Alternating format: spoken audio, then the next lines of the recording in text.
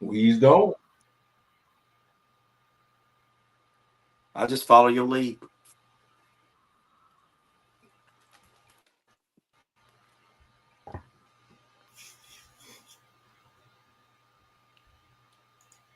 See some people come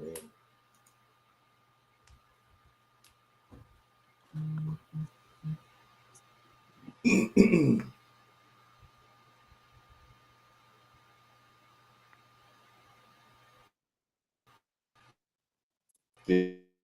Did you bring crackers? No, I'm good. You didn't bring crackers? No, do I need crackers? Yeah, we need some. We might need some crackers.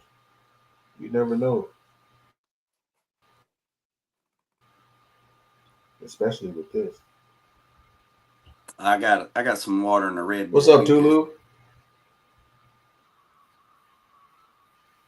What's Yeah. up, Tulu? What's up, 84? TJ, SKD, Big, Square Body. So let's get right to it because I know everybody's time is precious. We have come up with a way for you guys to understand how entrepreneurs have the goat and then the baby goat. So I'm Cars in the Cut, although this is not a car situation right now, but we got JG here. We're going to give y'all some nuggets. We're going to give y'all some sauce. So today we got a 12-part series. We're going to help you guys out as much as we possibly can.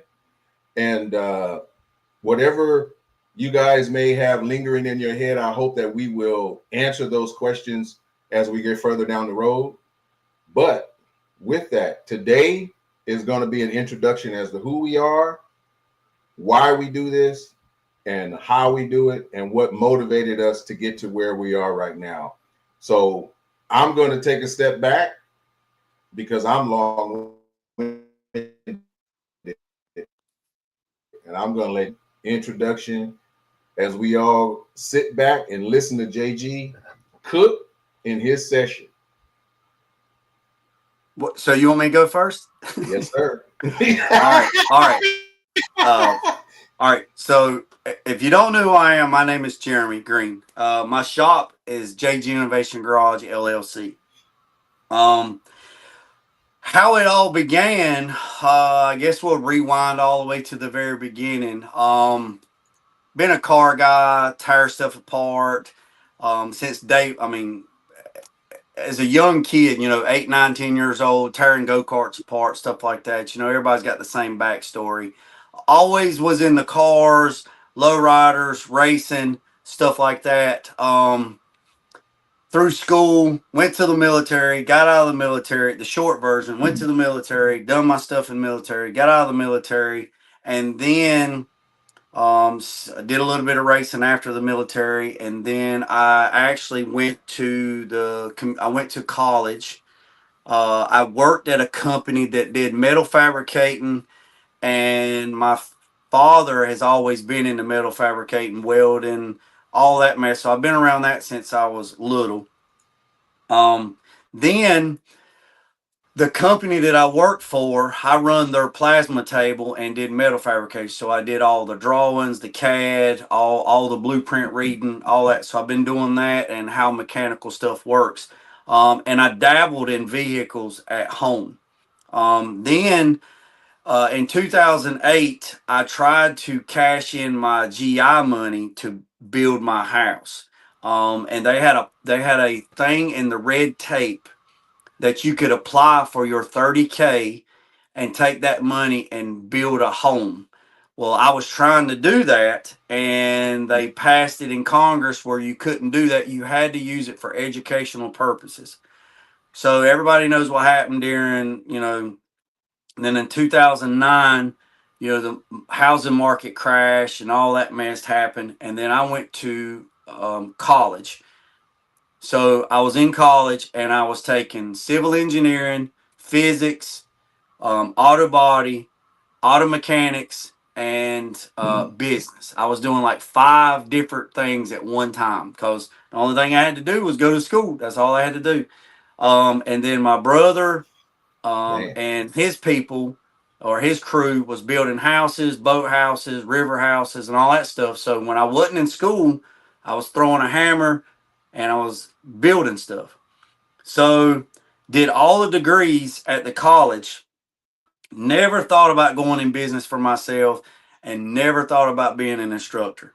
I knew I had a plan that I was trying to get on at Petty's. That was my plan because Petty started Petty's Garage around 2006, 2007, 2008. I knew a few people that was already there, but it was really, really small. And I was trying to get into the door because that's what I wanted to do. Then Mm-hmm. fast forward on that, when I graduated college and I had all these degrees, and basically the reason why I went to college was to build my 54. Then my 54's chassis, engine, and whole drive line set in the showroom at the college. When you actually walked into the automotive to sign up for automotive, my chassis, my engine, the whole underneath my car sat in the lobby at the school for 5 years on display, and Wow. everybody thought it wasn't real. They thought it was fake. And then when I graduated, Mr. Cameron, Alex Cameron, matter of fact, I talked to him yesterday. He just turned 70. He told me, he's like, "What are you planning on doing?" And I said, "I'm just going to hang out at the shop. I'm gonna build. I was building me a shop. I was building the shop that I'm in now. It wasn't as big it is, but I was building my shop. I said I'm just gonna go back and work at the machine shop, and I'm just gonna dabble." And he said, "Do you want a job?" And I said, "Working for who?" He said, "Working for me." And I was like, "Yeah," because see, he had a shop out in Whispering Pines that did 67, 68, and 69 Camaros. That's all he did. And I was like, "Yeah, working for you." And he said, "Yeah, but not for me at the not for me at my shop here at the college." And I said, "Doing what?" He's like, "Teaching." And I was like, "Yeah, okay, man, whatever." And he's like, "No, I'm serious." And I said, "You want me to teach what?" He's like, I want you to teach this." And I'm like, "Okay, Mr. C, you crazy." And he said, "Look, I've been doing this since 1971. That's how long I've been teaching." He said, "I can count on one hand how many people I've run across that just click." And I said, "Okay." Hmm. He said, "The reason why I'm telling you this is because you got all this stuff going on and you're still doing everything that you need to do." He said, "You are wide slap open." And he says, "I don't think you'll ever slow down." And I said, "Yeah, you're probably right." He said, "The reason why I'm offering you a job is this right here." He said, "You remember that day when you was in the engine bay of that NASCAR? We had a Aflac car at the college, and because the Sand Hills Community College had a motorsports program, and that motorsports program we had a junior dragster, we had a regular dragster, and then we had a Aflac car, and then we had a drag car. And that motorsports class was taught by Thurman, and Thurman was the instructor at A&T, A&T University. Well, Thurman got me signed up at A&T to take the program to get my degree in motorsports engineering through Sandhills via going to school at Sandhills and doing the transfer program to A&T. So that's how I got into that. And he says, "You was in that engine bay of that car, and that guy that was in class run up to you and said, 'What do you need?' And I said, 'Go get me a 9/16 wrench out of my toolbox.' And then I'm thinking in my head, it's the third drawer, and I'm counting in my head how many wrenches I got. I said, 'I think it's like the third or fourth wrench in the line, just bring it to me.' The guy was super excited about helping. He zips over there to the toolbox. He Mm-hmm. pulls the drawer out. He's sitting there looking in the drawer. And I said, 'Do you see it?' And he's like, 'Which one did you want?' And I said, 'The 9/16. And he's like, 'Oh, okay.' He said, 'Which one is that?' And I said, 'Man, just count up to like number 3 and bring me the next 6 wrenches.' And he comes over there and he hands me the wrenches. He's like, 'Here, which one do you?' He's like, 'Here, which one do you want?' And back then, I was a little bit worse than I am now. I said, 'It's the 9/16, man.' And he said, oh, okay. And I was like, man, you don't know what a 9/16 wrench is? And he goes, well, man, I get confused. And I'm thinking to myself, he's a second year student. So the first class that you have to take at the college is tools. You have to take a whole semester. One of your Mm. classes is about tools. So you have to learn all the tools and all that mess. So I was like, man, you don't know what a 9/16. So I really I really busted his head because I was like, man, you can't be in automotive. You're a second year student and you don't even know what a 9/16. I mean, I just went off on him. Then after that class was over, Mr. Cameron called me into his office and he says, I need you to shut the door. So Mr. Cameron was the type of person, he would chew you out and he would never raise his voice. He was that type of person. He's like melatonin. He just stayed one. I mean, he had the glasses and the pocket protector. I mean, the whole daggone thing Yeah. situation like that. And then he looked at me and he says, what was going on out there in the shop? And I told him, and he looked at me and he said, I need you to shut the door. And I said, okay. So I get up and I shut the door and he says, let me tell you something. Not everybody, and this has stuck with me for years. He said, not everybody is exposed to the same thing that everybody's exposed to. I said, yeah, I understand. I said, but if you're in this automotive world, you need to know what a 9/16 wrench is. And he said, I agree with you, but the That's way true. you handle yourself is wrong. You take for granted that everybody's at your level, that everybody's been exposed to the same thing that you've been exposed to, and they are not. And the reason why they're not, they might not have been put into situations where they were 10 years old and they tore down a Briggs and Strat 5 horsepower engine to see why it worked and then put it back together and finish riding the rest of the day. They might have not been exposed to that. And I said, well, I understand, but if you're going to do this, you need to figure out what you're doing. And he leaned up to the table and he says, if you can't understand that people are not on the same level as you are and you have to adjust, then this is not the place for you. And I said, you know what, man, I'll just pack my toolbox up and I'll go home. And he says, well, if that's what you need to do, you need to do it. So I was so mad. I was so mad that he chewed me out about getting onto this guy about he didn't know what a 9/16 wrench was. I literally pulled my little truck around there, my little Nissan Frontier pickup truck. I pulled it around there. I had 3 little Craftsman toolboxes. I got my toolboxes, put it on the back of my truck, and I came home. I did not go back to the college for a week. I didn't go back for a week. And then I get a phone call from my counselor, and they said, "Hey, man, you ain't been in school. We got a thing that says you've been out of school. You missed these classes, whatever." And I said, and I was on my GI money, and they said, "Hey, look, if you don't go back, you're gonna get dropped." And I was like, and I told them what happened, and my VA counselor said, "So you mean to tell me you're gonna get kicked out and drop out of school because you got an argument with somebody that don't know what a 9/16 wrench is?" So after I calmed down a little bit and I was brought back down to level, I said, "You know what? Yeah, you're right. I'm going back." So I go back and I said, "I'm just going to keep my mouth shut." So I go back and Mr. Cameron never said the first word to me. He never said nothing to me. I go back to class and at the school in the center of the class, you had the automotive on this side and you had the auto body on this side.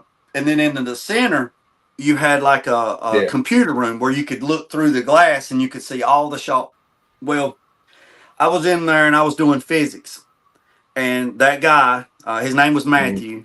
He comes into the shop or comes into there, and he says, "Hey man, how you doing?" And I said, "I'm good, man. How are you?" And he's like, "Man, you been doing all right?" I said, "Yeah, man." He's like, "Man, you ain't been here in a while." I was like, "Yeah, I just took a break, man. I'm back now." And he said, "Man, what you working on?" I said, "Physics." He said, "Oh my God."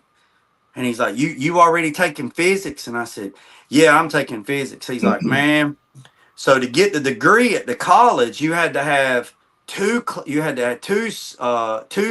semesters of physics. You had to have physics 1 and physics 2." Well, I was already on physics 2, and I was going to end up taking physics 3 and physics 4, which was not required, but I just wanted to take them. And he said, "Man, I probably won't never graduate because I'm not going to take physics. And there's not an elective to take to graduate. You have to take physics 1 and 2." And I Mhm. said, "Well, why don't you take physics?" He said, "Man, I suck at math." Yeah. I said, "Why you suck at math?" He said, "I just do." I said, "Can you read a tape measure?" And he said, "No." And I said, "Well, is that why you had problems looking at the 9/16 wrenches?" And he said, "Man, I just suck at math." And I said, "I'll be right back." So I get up and I go out to my toolbox and I get a tape measure and I bring it in the shop and I take a pair of snips and I pull out 2 foot on the tape measure and I cut the daggone tape measure and I lay it on the table. And I said, "You see this right here?" And he said, "Yeah." I said, "Now look, this tape measure don't have the dummy lines where it breaks it down." And he said, "Yeah." I said, "All right." So I reached in my pocket and I pulled out some change and I threw it on the table. I said, "Can you count money?" He's like, "Oh yeah, I can do that." I said, "Well, give me change for $1." And he said, "Well, how do you want it?" I said, "Give me 4 quarters." So he slid out 4 quarters. I said, "Look at her. You just did math. You just did fractions. You just read a tape measure." And he said, "What are you talking about?" And I said, "Okay, look, there's 4 quarters in $1." He said, "Yeah." I said, "That's 1/4." I said, "2 quarters is 50 cents, right?" And he said, "Yeah." I said, "That's a half." 3 quarters is 75 cents, right? He said, "Yeah." I said, "That's 3 quarters." And 4 quarters make $1. And he said, "Okay." So we literally sat there for the next hour and a half, and I went through the tape measure and I showed him all of the lines and what the lines mean and sixteenths and all that stuff. And I'll never forget it to the day I die, man. He sat there and he looked at me and he had this glaze on his eyes, like he didn't know what was going on. And then all of a sudden it was like the light came on in his eyes. And he looked at me and he said, "Oh shit, I got it. I figured it out." And he says, and he just started rambling off numbers. And I said, "Man, you got it." And he's like, "Dude, I got it, man. Now I know." So 9/16 is the same thing as 9/16 on the tape measure. That's the ninth line. That's just like that. And then 5/8. I mean, he was just I mean, he wouldn't shut up. And I was like, "Man, you got it." He's like, "Man, I really appreciate it." And I said, "Yeah." And I said, "Well, man, let me get back to it." And then he leaves. Nobody ever said nothing about Yeah. nothing to nobody. Nobody said anything. And Alex Cameron, my boss, looked at me and he says, "I asked Matthew what y'all was talking about because I could see you on the computer. I could see you on the security camera, but I couldn't hear y'all. I could just see what y'all was doing." He said, "I called Yes. Matthew into my office." This is the day I graduated. He said, "I called Matthew in my office and asked him what in the world y'all were doing." And he says that you was showing him how to read a tape measure and this and that, whatever. And he wanted to sign up for physics and this and whatever. And he said, "I believe Jeremy will help me I believe he would help me if I needed a tutor." And I said, "Well, that's cool." And he said, "That right there is the reason why I'm giving you a job." And I said, "Really?" He said, "That's why I'm giving you a job." That day I got hired to be an instructor. I never filled out an application. I never pissed in a cup and I never done nothing. And I've been teaching ever since at the college.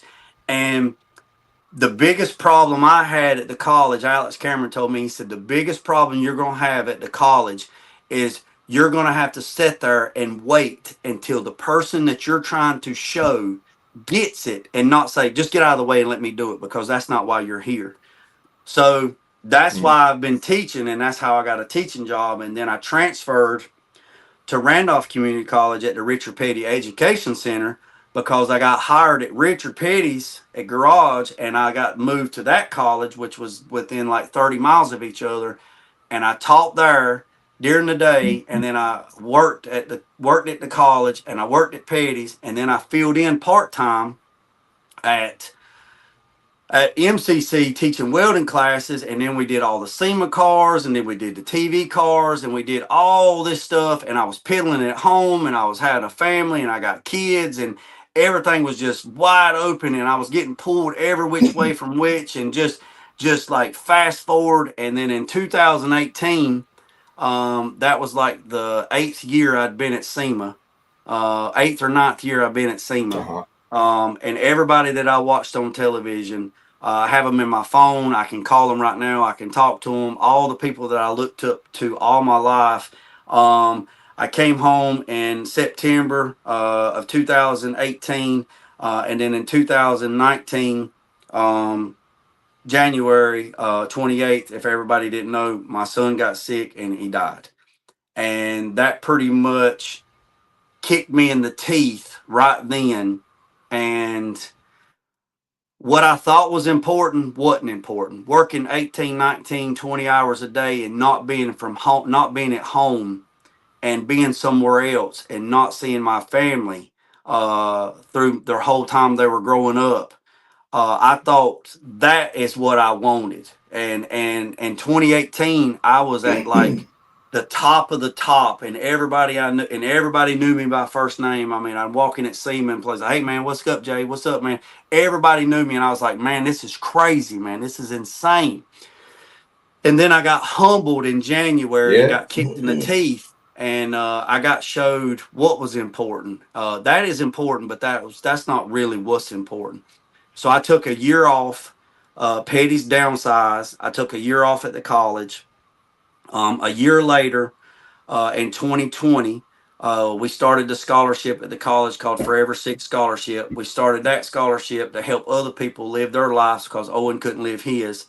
And then I was peddling. I had two clients here at the shop before Owen passed away, and then when Owen passed away, I took a break for a whole year. I didn't even open my shop for a year. Didn't even mow my grass.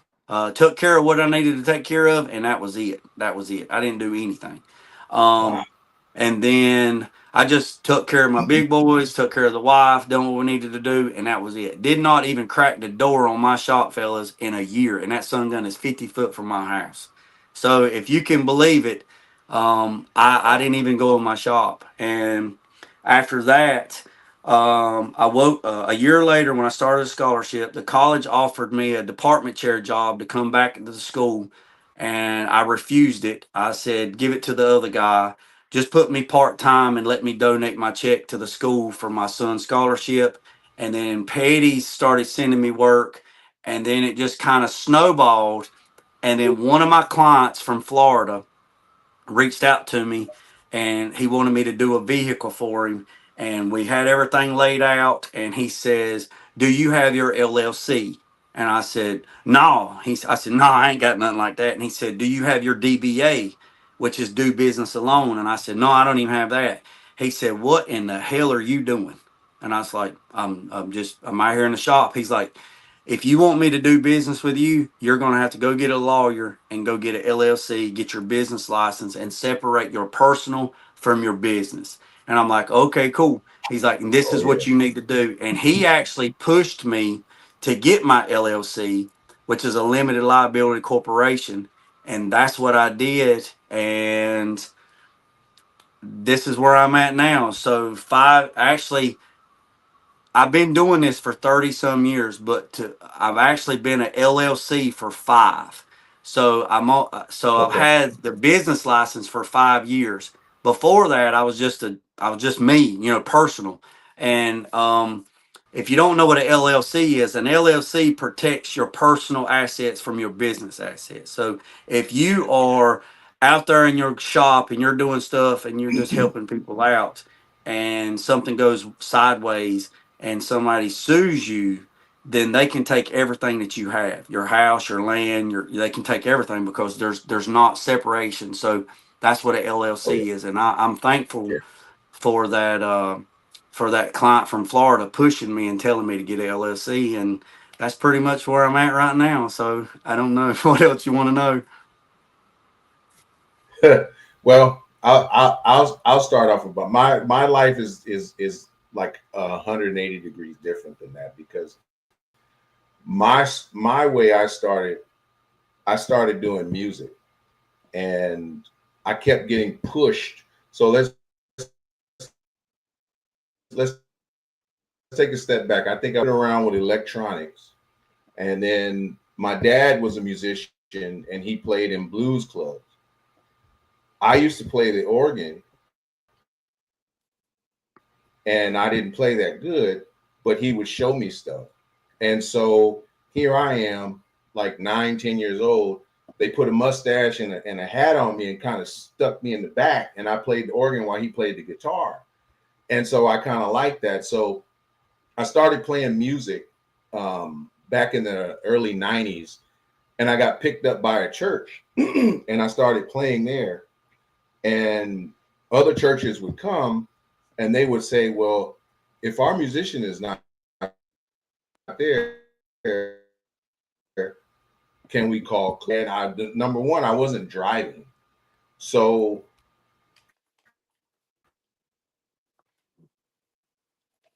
I needed a ride. And that took up a lot of time to where the reason why I'm backing up this far is because it cost me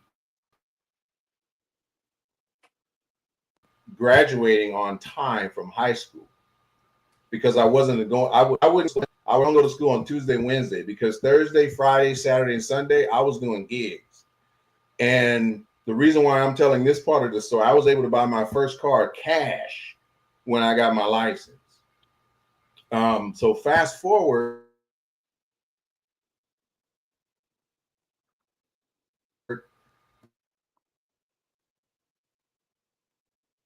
I was tinkering around with car audio, and uh, the past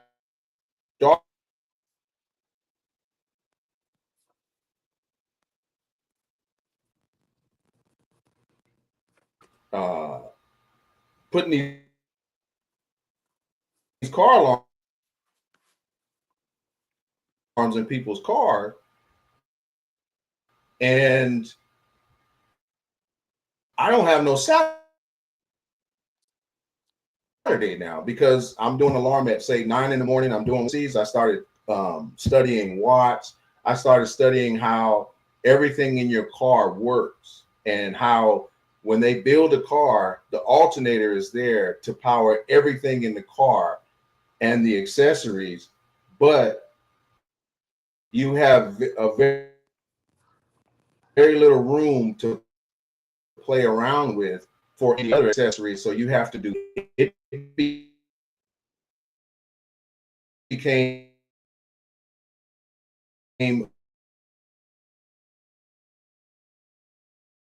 a business up for me up until I was in my, I would say, and those cars would be customers of mine waiting on their stuff. To that, I said, well, let me just go ahead and do this and then I'll stop. So the next thing was getting out of high school. So once I got out of high school, I didn't know what I wanted to do. And so I asked my grandma, I said, so what should I do since I'm not in school anymore? She says, well, I can't help you with that, but you need to go to school. So I said, Cars, you breaking up, buddy. and this was the only school that did that. All the other schools was, what about now? You're good now. I can hear you now. What about now? I can hear you. I can still hear you. Is it better? Yep. Okay. You was clicking in and out a while ago. So I hear you.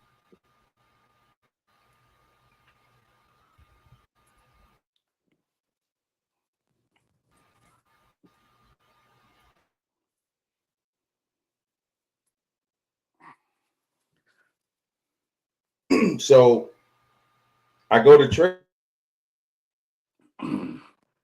trade school,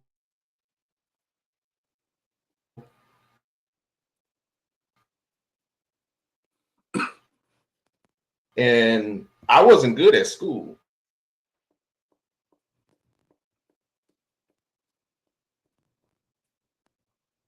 Of networking taking off.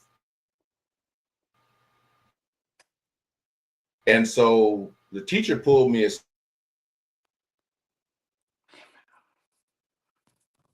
and he goes,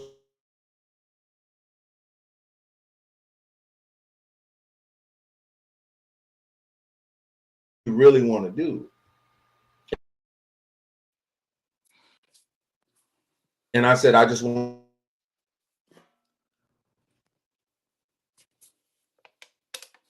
to be successful.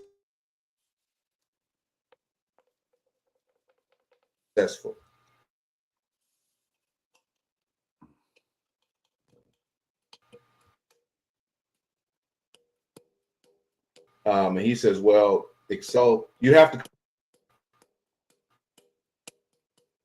I say to myself, well, after this, I'm going to shift my focus on just solely school so I can get a job. Is the audio better, JG? Yeah, I can hear you. I can hear you. I Okay. can hear you. I can hear you fine. So,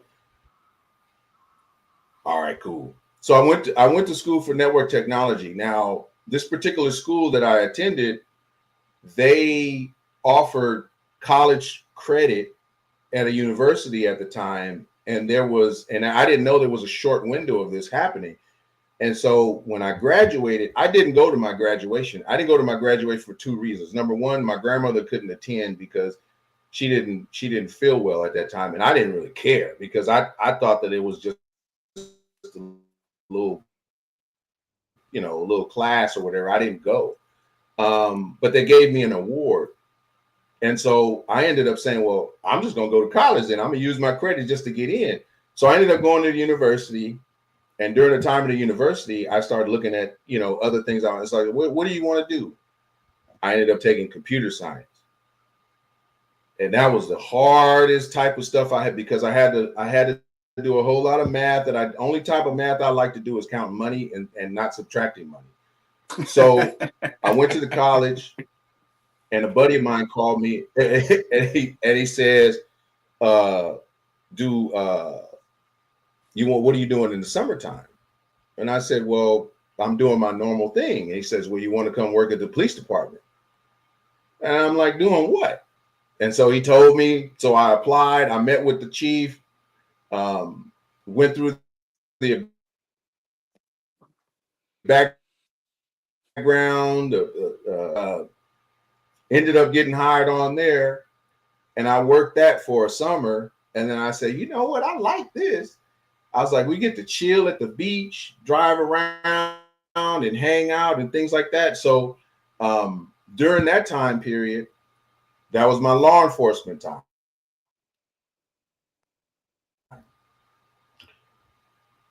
Something happened to me. It's a touchy subject that occurred with me. And then I decided I don't want to do this no more. And my mind is, I want to do a whole bunch of stuff at one time. So I ended up looking for another job, but I used that money that I saved to pay off my college. So I didn't have any loans. So I found this company. It used to be called Arcus Data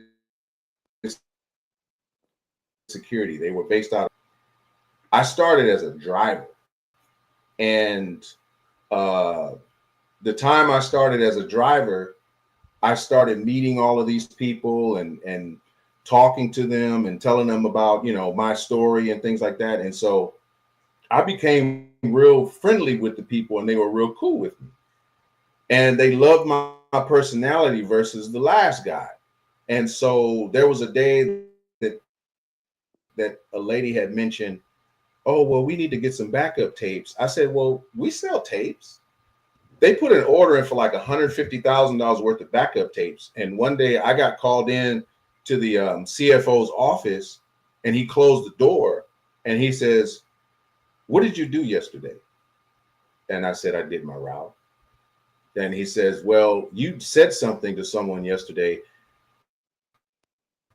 that there's a $150,000 order. It's about some tapes. And I ended up saying that, yeah, we sell tapes. They had a position that was open for a SoCal Tech. And I applied for that. And then I got that position. And that was the beginning of me learning Lotus Notes and Fox Pro database, because they had a software program that tracked the packages and the containers with the tapes to put in their system for inventory. So I learned that. Now, fast forward again, they ended up firing me because my time management sucked. I wasn't there, but I was telling them that I was going to be there. So I don't want to bore you guys, but I then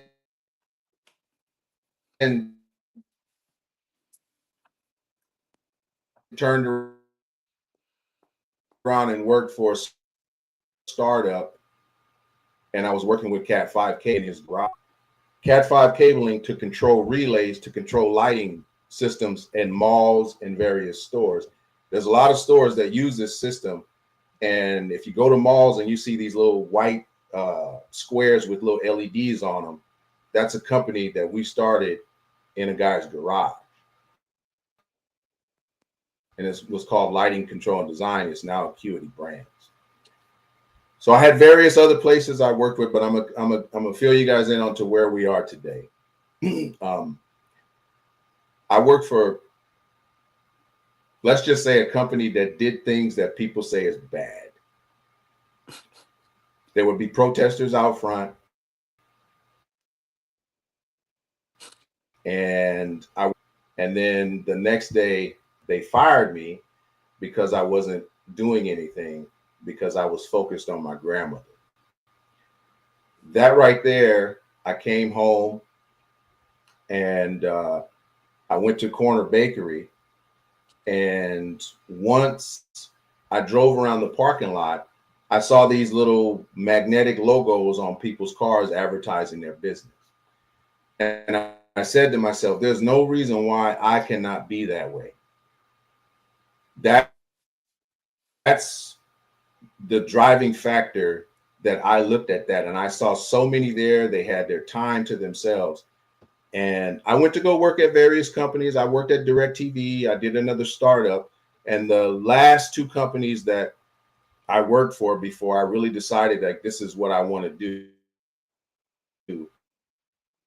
is a company, Amgen, and then also WATG. So here's a funny story about WATG. I worked there. It's an architectural firm. We design hotels and resorts. So I had a boss who was Indian, and he wanted to punt everything off on me. So with that, one day I found something out. I told the CEO, and we started to remediate it. My boss pulled me and he did this to me, pointing his finger at me in front of everybody. That's a no-no in my book. So I walked up to him. I said, we need to talk. And he says, do we need to get HR involved? I took my hand, I put it on his shoulder, and I squeezed as hard as I could to where he bent down to about my midsection. And he says, do we need to get HR involved for this? I said, well, you're going to need a hospital if you don't come in here and talk to me. I put in my 2-week notice and I left. And ever since that day in 2018, I have made it my priority to be the best guy out here in SoCal that I can be. So there's some bits and pieces that would be rather long, but with that, that's where I am today. So what I do now is I consider myself a field engineer for Southern Cal, but I do travel. I try to make it amends of being out during the day and coming home the same night. I don't care what distances is, absolute must. So that's my story. Go back to what you said when you said you bought your first vehicle. So growing up, my grandfather had a farm, and man, they had watermelon, peaches, all the produce, chickens, and all, sold cows and chickens and hogs. And when I got my first job, I call it my first paycheck job, I worked here before the bypass came. There was a soda shop, and then there was the Burger Shack, and then there was Kelly's Restaurant, and then there was Bernice's. Kelly's was when I was in high school. But I worked at all. I got a worker's permit when I was 14, and I'd work at the Burger Shack on the worker's permit. and then Bernice at the soda shop, and the other one would work me, and I would work weekends with this old black man named Slim, and he would cook. I said this before in one of my lives. I'd cook fish on Friday and Saturday nights, and man, we would just do all that. And then when I was 15, I bought my very first pickup truck. It was a 1993 Toyota pickup truck from Pinehurst Toyota. It was like $3,200. I paid like $2,000 down, and they financed the rest of it through World Omni of Toyota. My payment was like $97 a month for like 5 years. And the guy that sold it to me, it was a little green Toyota pickup truck, 5-cylinder, little 22. I mean, a 5-speed, little 22 RE.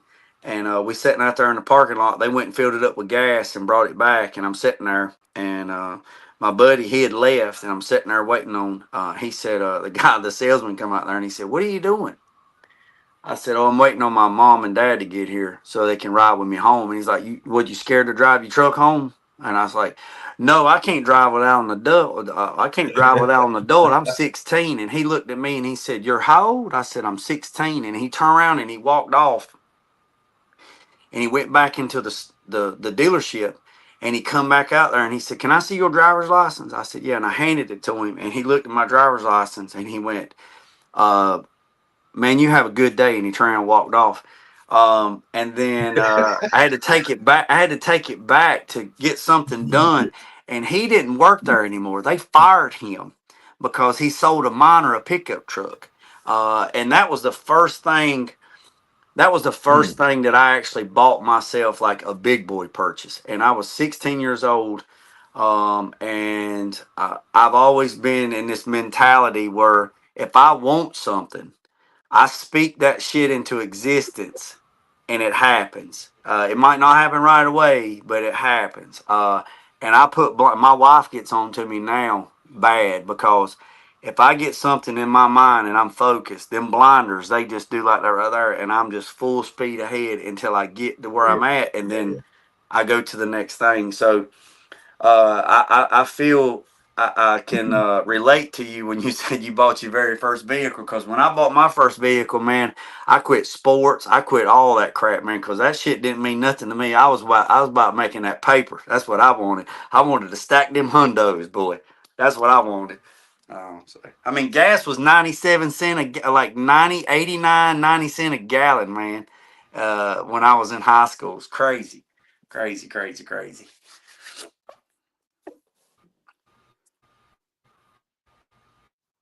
Cars, you still there? Cars. I'm still here. Oh, I didn't know if I'm you was still talking. here. I couldn't hear you. I'm still here. All right. I see the fan moving. No, I was listening. Whew. Yeah. But yeah, I started to do this because it don't feel like I'm working. I mean, yeah, Yeah. right now I'm getting on the roofs of Home Depots and I'm in the sun. It never feels like a day that I'm working, because as I tell people all the time that ask me, well, how is it that you got started? I say, do something where it doesn't feel like you what you want to do. And right now, this is what I want to do. I mean, I what I do is usually not a thankless job unless a company is down. But at the end of the day, and when the rubber meets the road, people still thank me for the way I talk, the way I walk, and how I handle business. But if I had to go back to work, and it's funny because I interview at companies. I interviewed at a company on Friday, and they said, well, how do you handle this? Uh, how do you handle having a bunch of projects? Prioritize them. Yeah. And I was giving them one word answers, and it was like, well, could you elaborate more? I was like, well, prioritize it. I have to prioritize. And then one of the questions was, well, are you actively searching for work? I was like, not really, but I mean, I like the interview just to hear the type of questions. We have a no bullshit mentality, and we can smell it in the air and reading people, because Yeah. we have to read people Yeah. in order to understand what they really want. Because I can look at a job description that's 2 paragraphs long and say, okay, you want a babysitter that can fire people and don't care about the people that work under. And when I tell them that, they're like, well, that's not what we really want, but this is what I was like, in a professional sense, this is what you want. But on a 30,000 level view plane, this is what you actually need. I don't want to have to redo that with anyone again, because my schedule is my time. I don't have to ask anybody, can I take some time off? I don't have to ask somebody, well, I need this day because I need to go do this. No, I just don't go. I just reschedule. And I think that a lot of people don't understand the importance of your time versus the work time. And in the subsequent episodes, as we continue to do this, we start to tell you how these things work for you. Because if you look at the 24 hours in a day, 8 hours of those you're sleeping. There's eight Supposedly. hours. Yeah, there's 8 hours or 9 hours. California, you're probably in traffic for an hour to an hour and a half. So how much time do you have to actually enjoy the people you love in that household? How much time do you have? It's very, very minor, because you got to Yeah, go to we sleep. You got at to at the decompress. at yeah, at the college there was a class that I really enjoyed. It was I can't remember exactly the name of the class, what they called it, but it was actually time management. And we would have to make a grid and then have the students fill out the grid of every time, every moment of the day. And then once you do that, you realize how much time you actually waste in a day. And because people will say, because like, I just don't have time to do that. It's like, okay, let's put it on paper. So when you actually put it in paper and something tangible and you can actually see it, and you're like, well, man, you actually got like 5.5 hours a day that you don't do anything. Really? I said, yeah. So, I mean, so when you actually put it in that perspective, uh, it kind of opens it up. And I seen one of the comments, I was reading a while ago while you were talking, and Elko said, salute to people that are self-employed. Well, see what people don't understand is they see people like, I'm gonna use myself as an example, because I put a lot of stuff on social media, and you see a lot of stuff that you see. Oh yeah, I got all this concrete, I got these buildings, I got this, I got tools, I got that. But what you don't see is you don't see behind the scenes where I'm in there in the house in the notebook and I'm writing everything that I need for tomorrow, and it's 11 o'clock at night. You don't see, what you only see is a fraction of what you see during the day. It's like, damn, man, he's got this big ass shop, and he's got $100,000 in concrete, man, must be nice. Well, what you don't see is the hours and hours behind the scenes where you're juggling. And we're going to get later on in later episodes, but this is what y'all got to look forward to. You don't see the Mhm. 100 things that we juggle at one time and still make time for the family to do what you're supposed to do, because you still have family duties. Yeah. And sometimes, and you got to have a strong background. You got to have a strong backbone in the house. I mean, you can't be married to no weak ass woman. I'm sorry. If anybody's on here and you're a Oh, woman, you just can't be married to a weak ass woman. And she can't be married to a weak ass man. My wife tells her friend, she said, Mhm. "Don't no real woman want no weak ass man." She told of one of her friends one time that she's talking to. Mhm. She said, "You can do two things.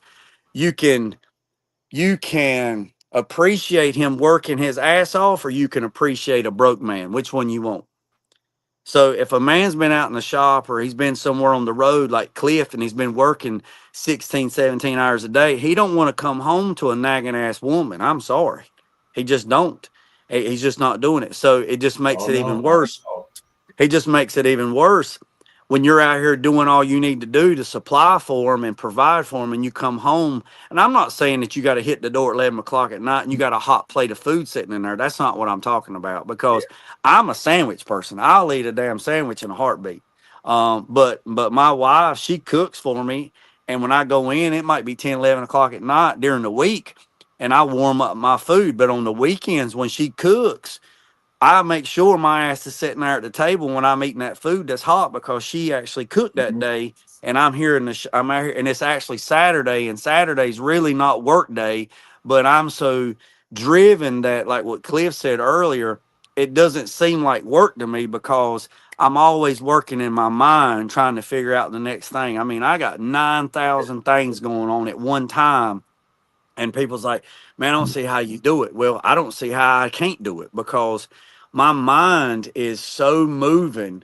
Yeah, And it's not built for everybody. And if you don't ever go in business for yourself, you don't have to go in business for yourself. This party is not for everybody. And that's okay. Not everybody has to be exactly. doctors. Not everybody has to be whatever.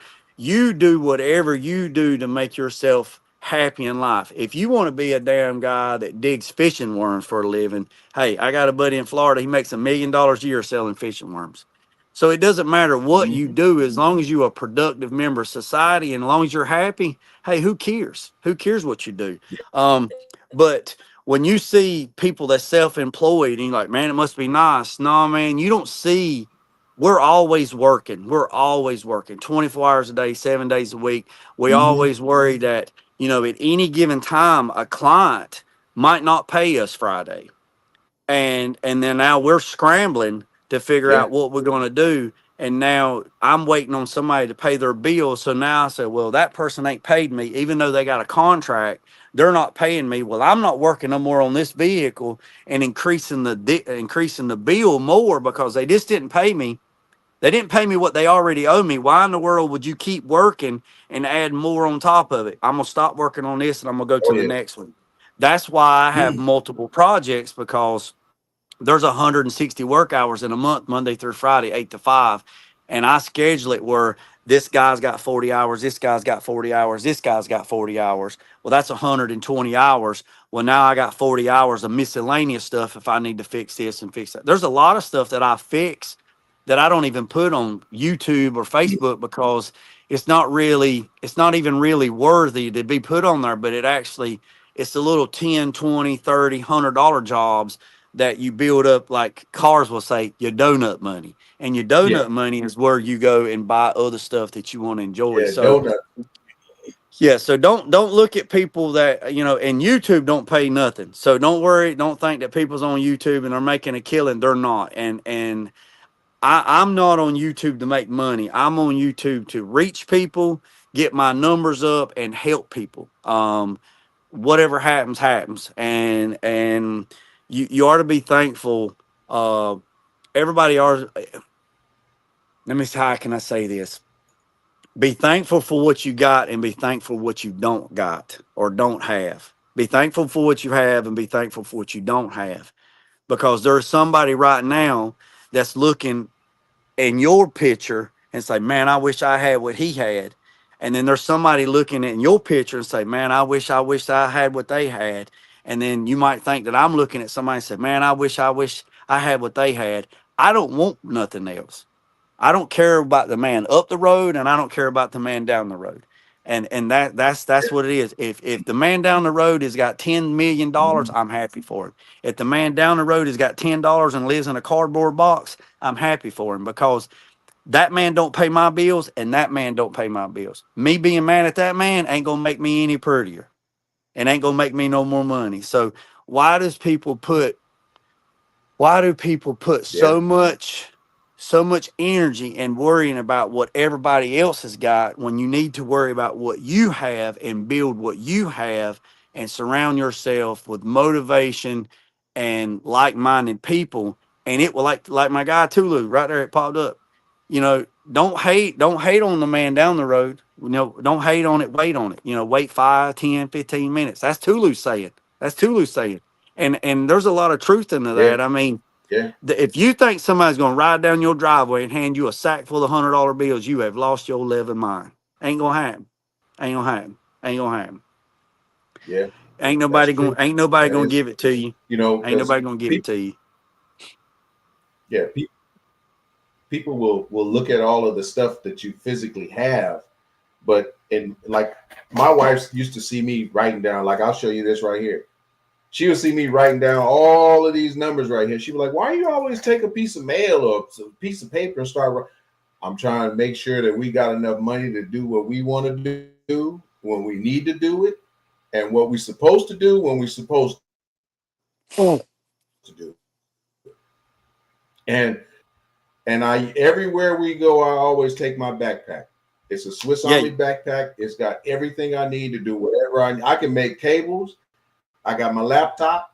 I got power supplies. I got cable testers. I got tools. I got everything in this backpack. And everybody that goes to move it, and I tell them, look, don't grab that backpack because it weighs 60 pounds.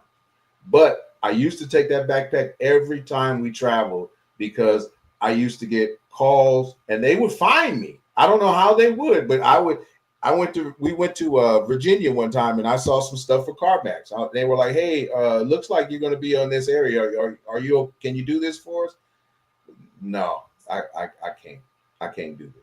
And so going back to the outside, people on the outside looking in will always see what you have,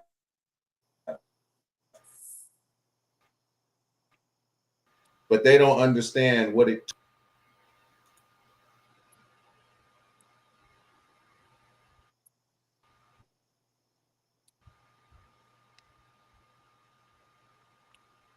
And I think that a lot of the times we get caught up in the glam. No offense, Fly. We get caught up in the glam, but we don't understand what that person went through to obtain those items. Because I put up posts and shorts and stuff like that shows a little bit of things, but you don't know how many sleepless nights I had. And I'm gonna tell you this: when we're talking about our wives, my wife is the best woman that I have ever had in my life. If she's watching, she's smiling.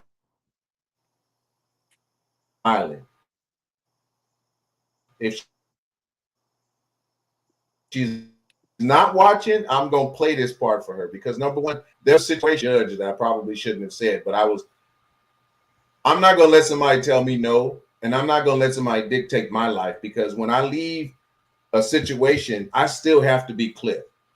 And they put me in handcuffs for 25 days. And during that time, my wife talked to me on the phone one time. And after that, when I got home, she looked at me and she said, are we going to be okay? And she trusted me. And that meant a lot to me because she trusted me. And she still trusts me to this day. Any other weak woman, oh, he ain't got no money for this. He ain't got no, I'm just going to leave. And after that tragic thing happened, she didn't know if the mortgage was going to be paid.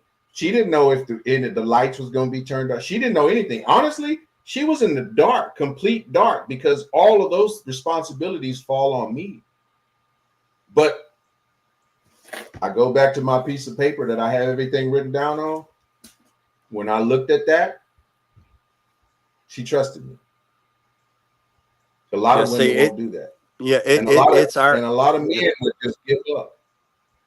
Yeah, and this is probably going to ruffle some feathers, but as men, our job is to protect, provide, and our family. So we're supposed to protect them, and we're supposed to provide what they need at all costs. That's our job.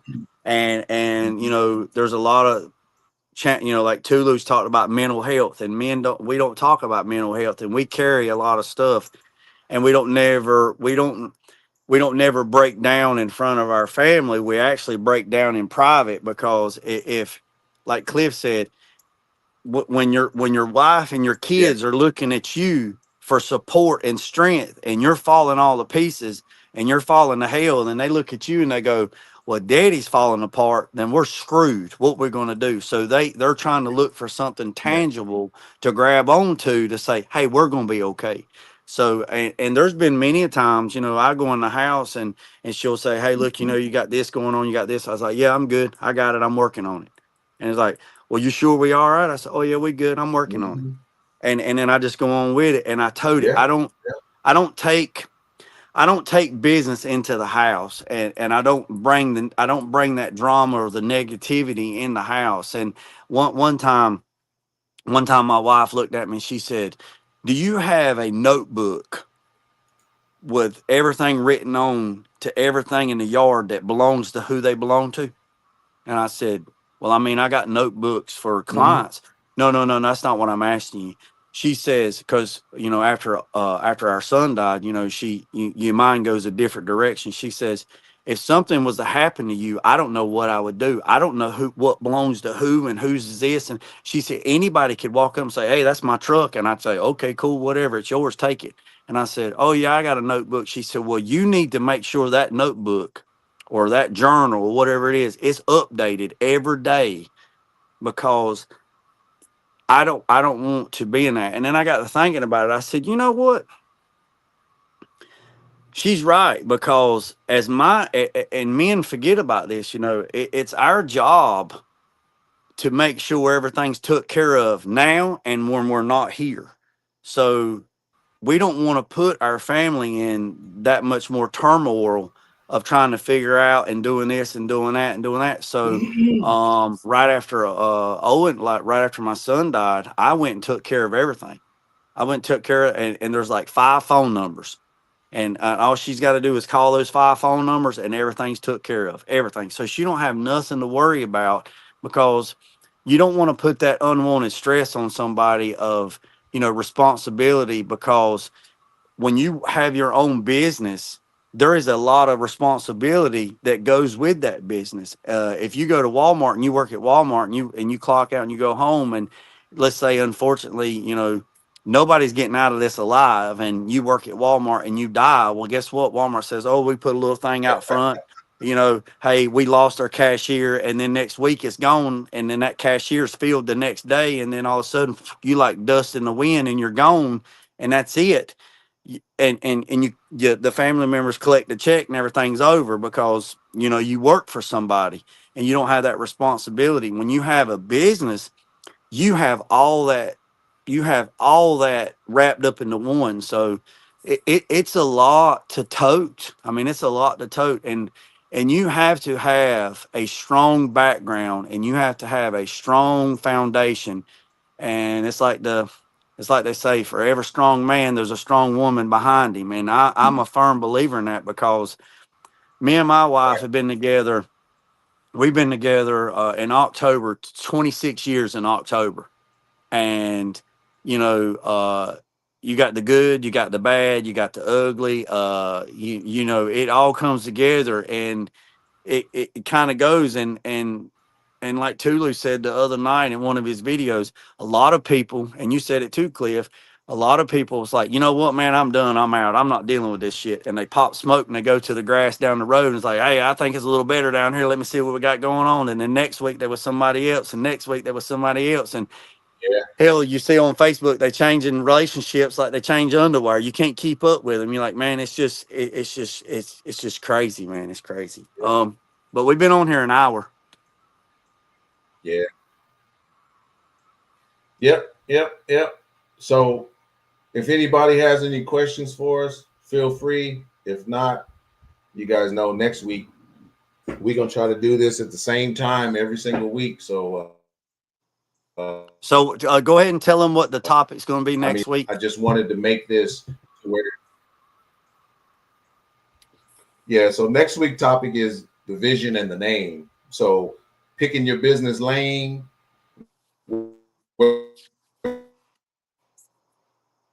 you want to do, how it says creating your brand and setting real goals versus if it's fantasy.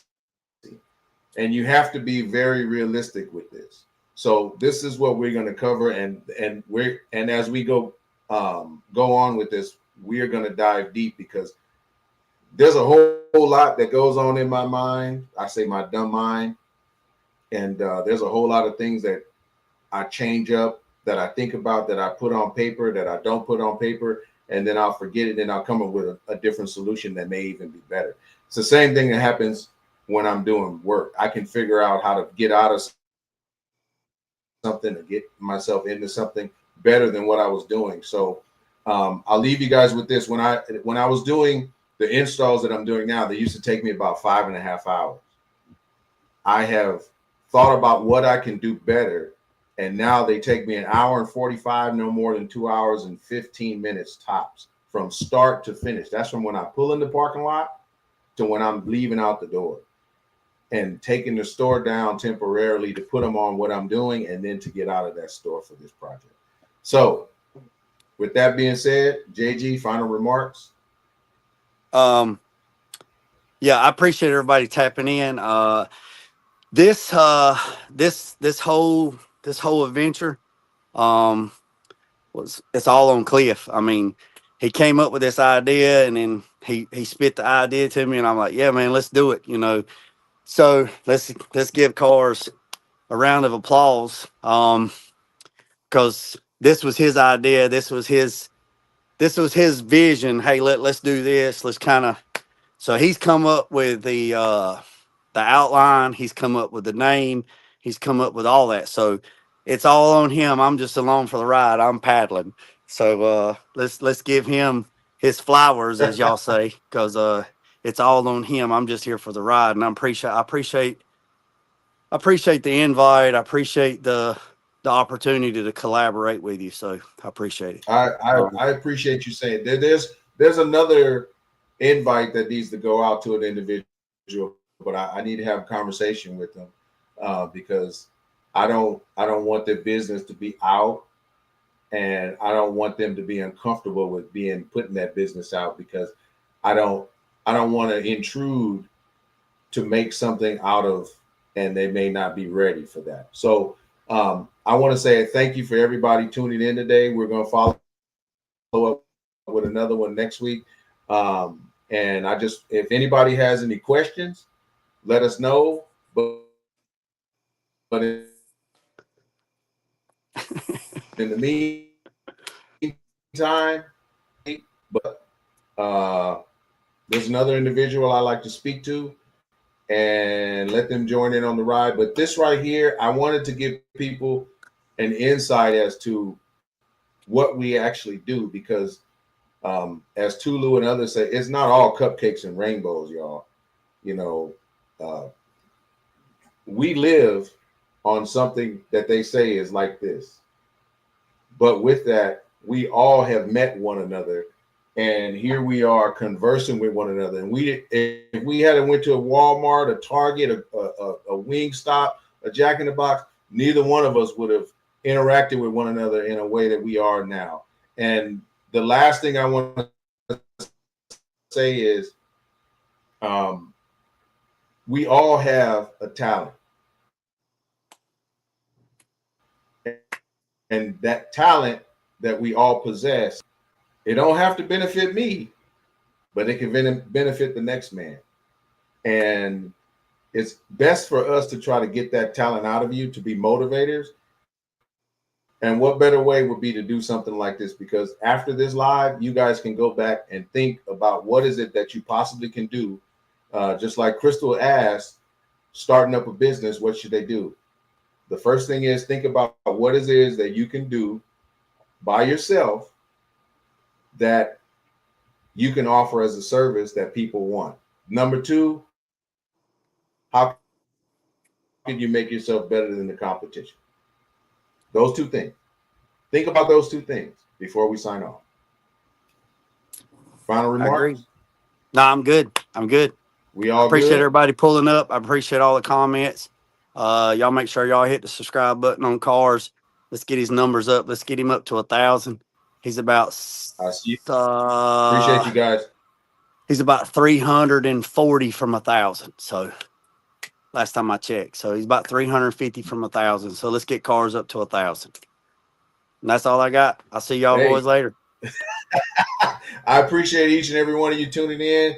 Until next week, I'll see you guys then.